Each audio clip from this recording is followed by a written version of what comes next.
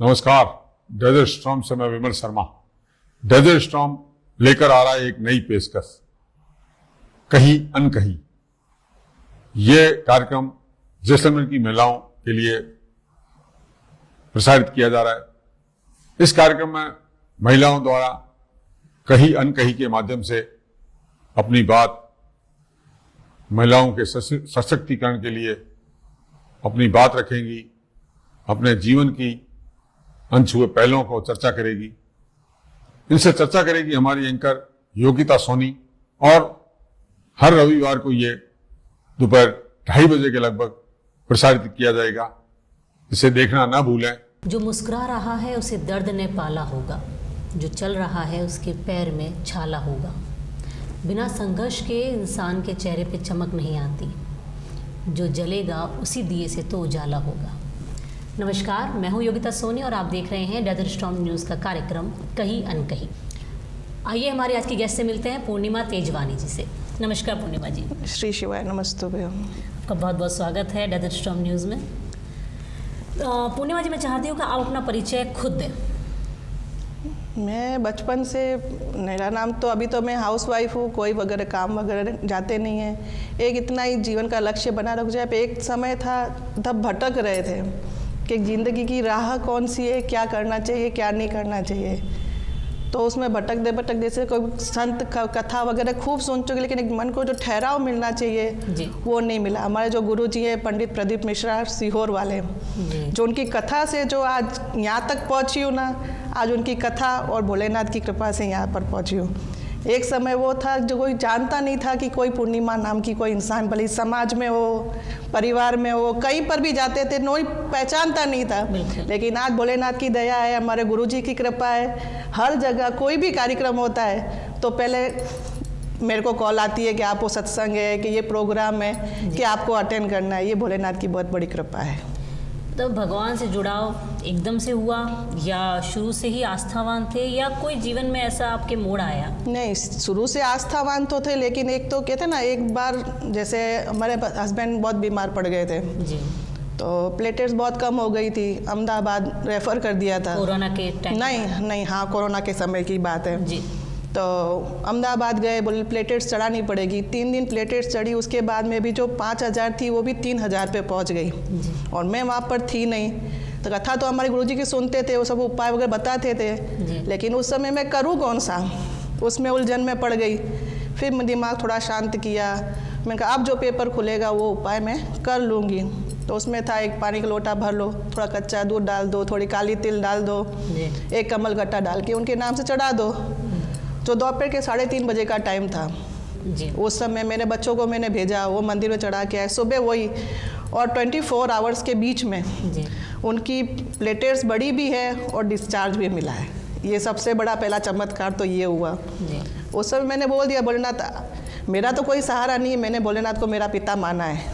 क्यों, मेरे पिता एक्सपायर हो चुके हैं, अभी थोड़ा टाइम हुआ मेरी मम्मी भी चली गई, तो मैंने सब कुछ अपना उसको मान रखा है। तो मैं कहा तेरा जवाई दिवाली के दिन घर पे आना चाहिए, और दीपावली के दिन ये सब उसी दिन रात को 7:30 बजे घर पे आए थे।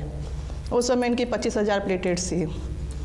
तो उसमें पता है 5 पशुपति व्रत होते हैं, तो वो रखना। मैंने एक व्रत रखा था, बोले 4 दिन बाद आप वापस दिखाने के लिए आना अहमदाबाद। मैंने कहा आप अकेले मत जाना, मैं चलूँगी। वो एक सोमवार का मैंने व्रत रखा था। उस समय 25,000, 4 दिन के बाद जब हमने वापस रिपोर्ट कराई, वो प्लेटलेट्स बढ़ के सीधी 6,41,000 पे पहुंच गई।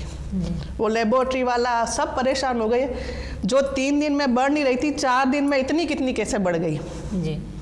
डॉक्टर भी परेशान। जो 2 महीने ट्रीटमेंट चला, जो मेरे 5 सोमवार हुए, उसके बाद वो दवाइयाँ ख़त्म। पहले कहते भाई ज़िंदगी भर दवाइयाँ चलेगी, इसकी कभी ट्रीटमेंट पूरा नहीं होगा, लेकिन मेरे भोलेनाथ की दया है, आज 4 साल हो गए, एक रत्ती भर भी दिक्कत नहीं है जी। और उसके बाद में भी कहते ना, ऐसे कहते हैं भगवान को कहना पड़ता है कि भाई मेरे को ये चाहिए, लेकिन मेरे को कभी कहने की जरूरत नहीं पड़ी कि मेरे को ये कमी है जी। और जैसे योग दिवस होता है, उस दिन मेरा जन्मदिन आता है जी, 21 जून जी। तो उस दिन भाग से एकादशी भी थी, और हमारे घर में कोई बच्चा वगैरह हो गया, तो मैं कथा सुनती थी। जो हमारे गुरुजी थे उनके फादर एक्सपायर हो चुके थे उस महीने में, तो उस समय मेरी कथा भी नहीं आ रही थी। तो मन में सिर्फ ऐसा भाव आया, किसी को बोला नहीं। मैंने भोलेनाथ ऐसी कौन सी मैंने भूल कर दी, बाकी का तो मेरे को सहारा नहीं है, विश्वास नहीं है, ना किसी की आशीष चाहिए, एक तेरा दर्शन चाहिए और तेरा आशीर्वाद चाहिए। और आज के दिन मैंने ऐसे कौन सी भूल कर ली, ना तेरा आशीर्वाद मिल रहा है, ना मेरे को कथा मिल रही है, ऐसी कौन सी मैंने भूल कर दी। और 20 तारीख की शाम को ही फ़ोन में मैसेज आ गया, कल से कथा शुरू हो रही है। तो ये बोले ले तेरे पिताजी ने तेरे को जन्मदिन की गिफ्ट भेज दी। मैंने कहा वो बैठा है तो मेरे को टेंशन है ही नहीं, और उस पर भी पूरा विश्वास है। और रात के करीबन 1:10 हुई होगी, मैं सो रही थी, पास में मेरे हस्बैंड और बच्चे दोनों सो रहे थे। जब रात के 1:10 बजे 5 बार सिर पर ऐसे मेरे सिर पर हाथ घूमा, एक बार नहीं, मैंने काउंट किया बराबर 5 बार ऐसे। पास में देखो कोई नहीं था। मैंने कहा अभी सुबह की रात को पूछूंगी, सबकी नींद खराब होगी, मैं मॉर्निंग में इनसे बात करूंगी। तो इन्होंने मुझे बर्थडे विश किया, तो मैंने कहा सुनो आपने मेरे सिर पे हाथ पड़ा, मैं इतनी दूर सो रहा था, मेरा तो हाथ ही सिर पे नहीं पहुंचता। बोले तू नहीं जा सकती, तेरे पिता ने तेरे को आशीर्वाद भी दे दिया और तेरे जन्मदिन की गिफ्ट भी आ गई। लेकिन कहना जिंदगी का ऐसा पड़ाव नहीं हुआ कि कहीं मेरा कदम रुक सके। आज भी कहना मैं जब स्कूल टाइम में थी ना, मैं सामने बोल नहीं पाती थी। अभी भी मेरा रूटीन है, अब दोपहर को 11 से 12 होती है, मैं घर पे पुराण वगैरह पढ़ती रहती हूँ। तो लेडीज़ वगैरह मंदिर वाले बोले हमको पढ़ना नहीं आता है तो अकेली क्यों पढ़ती है, हमारे को भी सुनाया गया। लेकिन मेरी कैपेसिटी 5 मिनट भी बोलने की नहीं है। जी, आपको लग रहा है कि जैसे से आप लेकिन कहना, लेकिन वो भोलेनाथ की दया अभी भी थोड़ा कहना लग रहा है। लेकिन मैं घंटा 2 घंटा अपने आप बोलते रहते, लेकिन उसमें खुद को मेरे को याद नहीं रहता है कि कौन बोल रहा है। और मैं घर से क्या सोचती हूँ कि आज ये बात करूँगी, लेकिन वो चीज़ तो मेरे मुंह से निकलती नहीं है। तो यानी मैं खुद कर ही नहीं रही हूँ, कर वो रहा है। आज जैसे भी प्रोग्राम कुछ होता है कि भाई आज धर्म से बच्चे जुड़े, किसी भी कारण से जुड़े, तो शुरू से वो पुराण वगैरह शुरू की। आज भगवान की दया एक खुशी होती है कि हमारी पूरी कॉलोनी के बच्चे, छोटे छोटे बच्चे यूनिफॉर्म पहनते नहीं, पहले मंदिर जाना है, श्री शिवाय नमस्तु भी हम जल चढ़ा के फिर मेरे को मंदिर स्कूल जाना है। वो बच्चों ने एक रूटीन बना दी, तो वो देख के बहुत खुशी होती है कि हाँ भगवान कुछ तो जुड़े। और जैसे जन्माष्टमी हुई, गणेश चतुर्थी हुई, जैसे अभी 22 जनवरी अयोध्या में जो, और वो ही कार्यक्रम अपने कॉलोनी में भगवान की दया से हुआ। तो बोले कैसे होगा, मैं वो कराने वाला वो बैठा है जी, और उसके भरोसे करते हैं। कभी नहीं कहना कौन करेगा, मैं करने वाला वो बैठा है कि ये कहाँ से आएगा, मैं अपने आप व्यवस्था करेगा वो, कि फंड की हुई, उसकी भी हुई, लेकिन कहीं मेरा हाथ रुका नहीं। और इतनी भगवान की दया है, जो कार्यक्रम जिस बेस से शुरू करते हैं और उतना बेस वापस बच जाता है। लोगों में थोड़ा कार्यक्रम होता है, चंदा मांगना पड़ेगा, वो करना पड़ेगा, लेकिन भोलेनाथ की दया से कभी किसी को कहते हैं अभी कोई कमी भी हो जाती है, आज अपने कोई भूल हो गई तो अपने दिमाग से भूल भी जाते कि आज मेरे से ये गलती भी हुई, और उसी दिन कथा में मेरे को मालूम पड़ जाती है आज तूने ये भूल करी है। तो कहना इतनी कहना लोग कहते हैं कि भाई तू ऐसी पागल क्यों हुई है, लेकिन कहना इतने लोगों को कहना पड़ता है। चमत्कार ही ऐसे हो जाते हैं हमारे जीवन में जिन पे हम फिर न चाहते हुए हमें लगता है कि ये चीज़ हो रही है, हो ही जाता है। अभी इवन मैं आज 4 दिन पहले मैं जगन्नाथ गई थी, तो मेरा 22 तारीख तक कोई प्रोग्राम नहीं था। मैं जगन्नाथ भी जाऊंगी कि उनके दर्शन भी होंगे।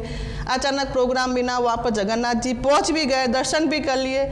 इवन रात के 12 से 4 के बीच में लोग बोले दर्शन बंद हो गए, आपको दर्शन नहीं। मैं जगन्नाथ ने बुलाया है तो दर्शन तो पूरे देगा, इतनी पक्की विश्वास है। और मंदिर में घुसे, रात के 12 बजे से 4 बजे के बीच जो शयन के दर्शन होते हैं वो हर किसी को बहुत मुश्किल से मिलते, लेकिन भगवान की कृपा थी जो हमको वो दर्शन मिल सके। पूर्णिमा जी, आस्था में और जैसे कह सकते हैं विश्वास और अंधविश्वास में बहुत थोड़ा सा फर्क है। हाँ, मतलब हम विश्वास कर रहे हैं कि हाँ भगवान हमारी सब समस्याओं को दूर करेगा, सही बात है, बस इसका मतलब ये नहीं होता है कि हम हाथ पे हाथ धर के बैठ जाएं और किसी तरह की मेडिसिन वगैरह नहीं लें अगर हमें कोई बीमारी नहीं। हमारे गुरुजी कहते हैं कि ऐसा नहीं है कि आप भगवान पे विश्वास कर रहे हो तो कहते हैं डॉक्टर एक शिव का दूसरा रूप है जी। तो कोई प्रॉब्लम आई है तो डॉक्टर के पास भी जाओ और दवाई भी लो, और दवाई लेते हुए साथ में शिव जी का नाम लेते हुए दवाई लो, तो वो दवाई आपको अमृत के समान असर भी करेगी और आपको रिकवरी भी मिलेगी।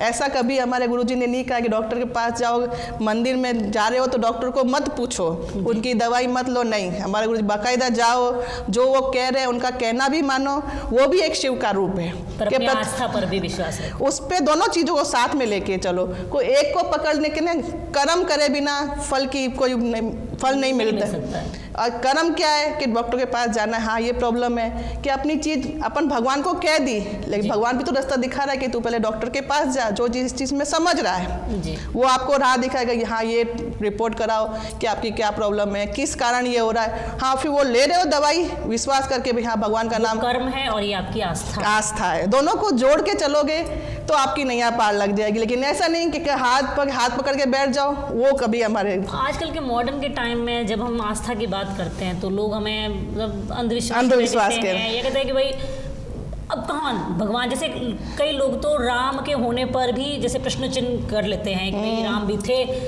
क्या प्रूफ है आपके पास, क्या सबूत है इसके। लेकिन कहना जैसे अपने आप अपना जो, मैं भी पहले झूठ नहीं मानती हूँ, मैं खुद ऐसी चोपड़ा प्रूफ की आप बात कर रहे हो, मैं भी पहले प्रूफ मांगती थी जी। लेकिन वो प्रूफ भगवान ने अपने आप दिखा दिए तो अपने आप ही उसको पकड़ना तो वाजिब बनता है। अब मेरे घर के सामने जस्ट सामने ब्रह्म कुमारी आश्रम है जी, तो बाकी भी समाज वाले कोई ग्रुप सत्संग वाले आते हैं, बोले यहाँ पर आओ वहाँ पर आओ।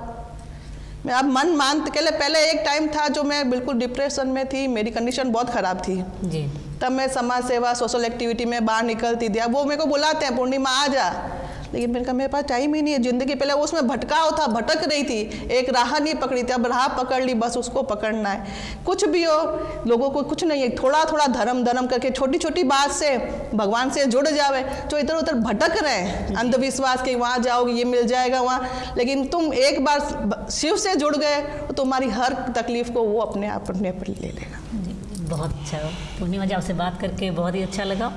और हमारे इस कार्यक्रम का उद्देश्य ही यही है कि हम सिर्फ ना कि हम नारी को सशक्त बनाएं, बल्कि अगर वो कुछ ऐसा उसे लग रहा है कि वो अपनी बात लोगों तक पहुंचाना चाहते हैं तो हम उन्हें वह भी स्टेज दें।